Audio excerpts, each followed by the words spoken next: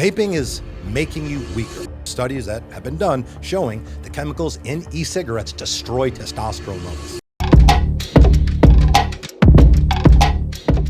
Let me be blunt. Vaping is debatably the least masculine habit out there. It's a modern crutch that's turning men into soft, weak, fragile.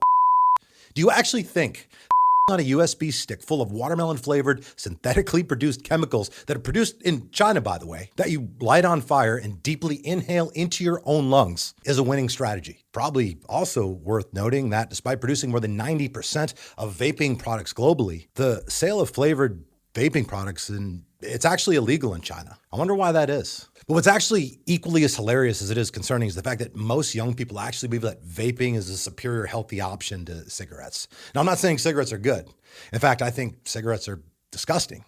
But nobody's smoking cigarettes in a state of delusion, thinking to themselves that this is actually good for them. So when have you actually ever heard of something that's cheaper and more convenient while simultaneously being a superior option?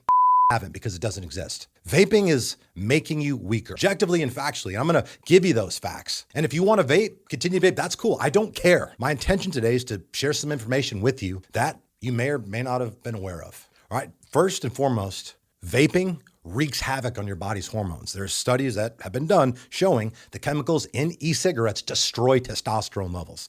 In tests, they showed that just exposure to vape liquid can drop testosterone by 50%. 50%. That's like cutting your manhood in half on a chemical and biological level. Low testosterone, by the way, means low muscle, more body fat, less ambition, less drive, a lower sex drive, and basically less of everything that makes you a man.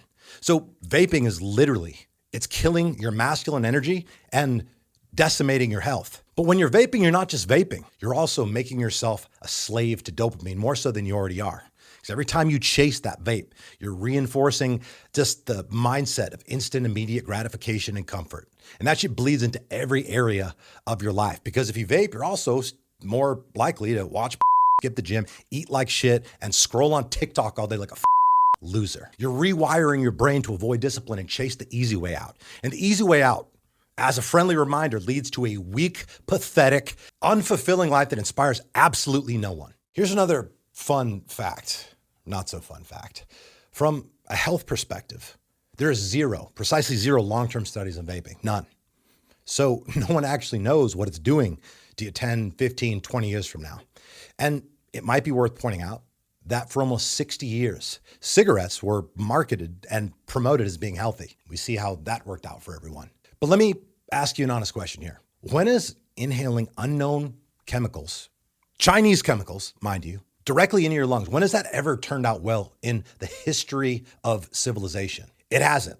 I'm gonna save you the bandwidth, okay? It hasn't and it won't. Look, you say you wanna be strong, successful, respected, a high value man, but here you are on a USB stick like a desperate crackhead fiending for a hit. It's pathetic. Do you think the kind of man who commands a room, dominates in business, and walks into a gym looking like he was carved from granite is out there puffing cotton candy clouds?